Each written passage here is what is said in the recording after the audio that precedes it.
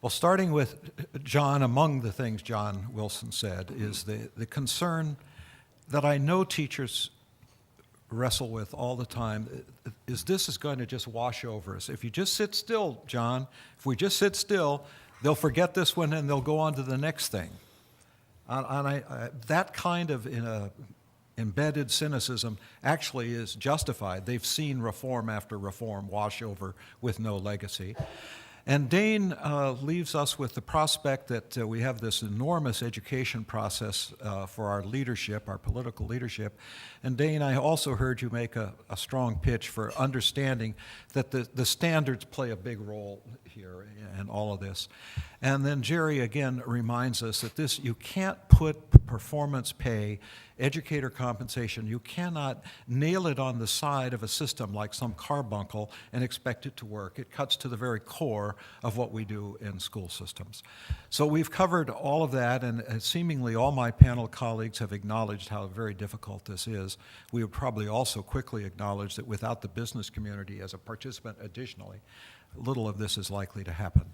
So I think, Janet, we are ready for questions, should there be any. And if they're not, we have controversy we can deliver.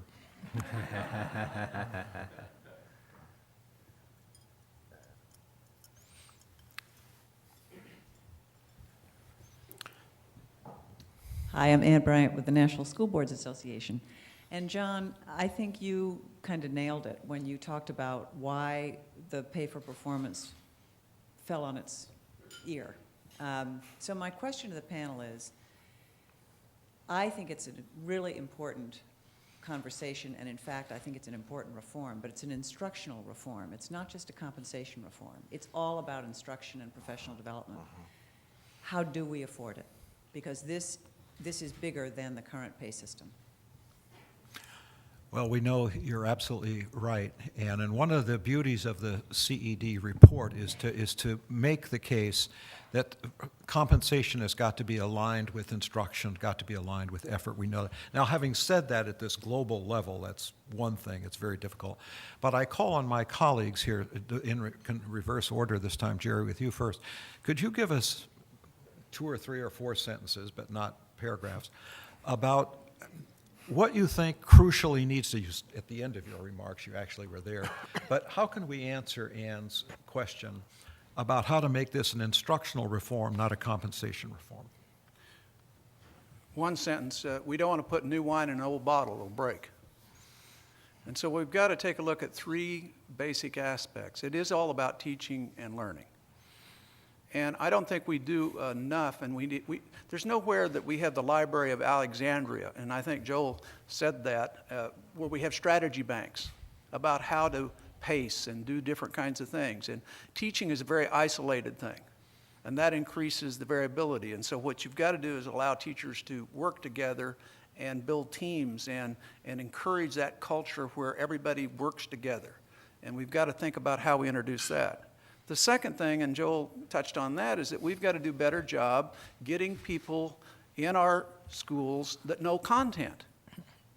If you're going to deliver this high expectation, you've got to have a content expertise, because if you remember your best teacher, they pushed you and they had more than one way that they could develop that expertise in you. More than one way to do it. And the third thing is that we need to have a curriculum that leads somewhere. And right now we have 15,000 schools, districts going 15,000 different ways, because there's 50 states with all kinds of different ways. And most of the outcomes, if you hit all the state standards, you still couldn't get in our local community college. So it is about teaching and learning, but it's about adjusting all these other things. And I think you know that, Ann. Well, I thought taking on compensation reform was an arduous task. Now we have a national curriculum at the same time. Well, I don't know about national curriculum. I'd like to have some standards like all of the industrialized world does. You know, let's don't use different yardsticks. When my kid goes to Disney World, they have a little thing they got to walk by to see if they're tall enough to get in there. We don't have anything like that. Well, Dane, a few selected sentences in response to Ann about, she says, what we need is instructional reform, not simply compensation reform. Yeah, I would have taken number 3 from Jerry, but I also think we have to take a harder look at the assessment systems that we have in place too. And I hope that as NGA and the council do this work on standards, we're actually going to embark and bringing some of the individuals together that can help states think about a much richer assessment system, both formative and summative, that really help inform instruction to those standards. Because and yes, that's going to be an instrument that's used, one of the instruments to measure against teacher performance and compensation systems, but that's got to be the guiding light for what teachers do every day.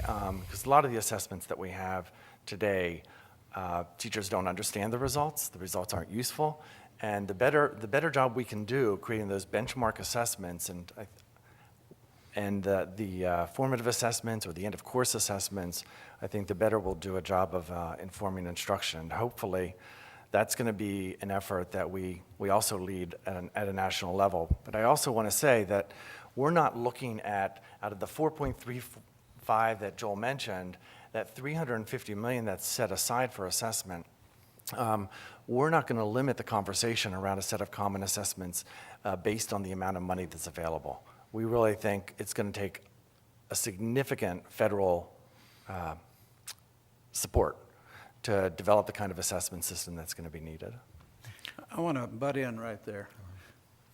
The teachers that I work with every day, our 12,000 teachers, are scared to death that they're going to be measured with a $30 test given one time that has about as much wobble as a top that is running down. And so we've got to improve the assessments along with the structure, and I think you'll get more buy-in. And the assessments, as Dwayne said, has got to tell them something.